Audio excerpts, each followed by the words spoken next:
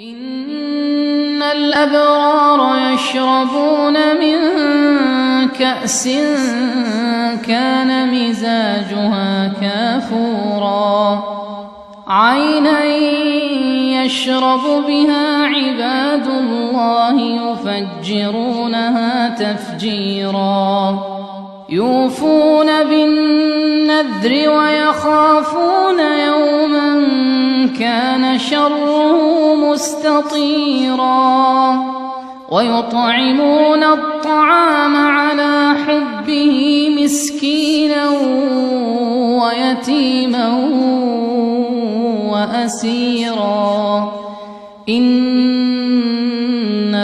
نطعمكم لوجه الله لا نريد منكم جزاء ولا شكورا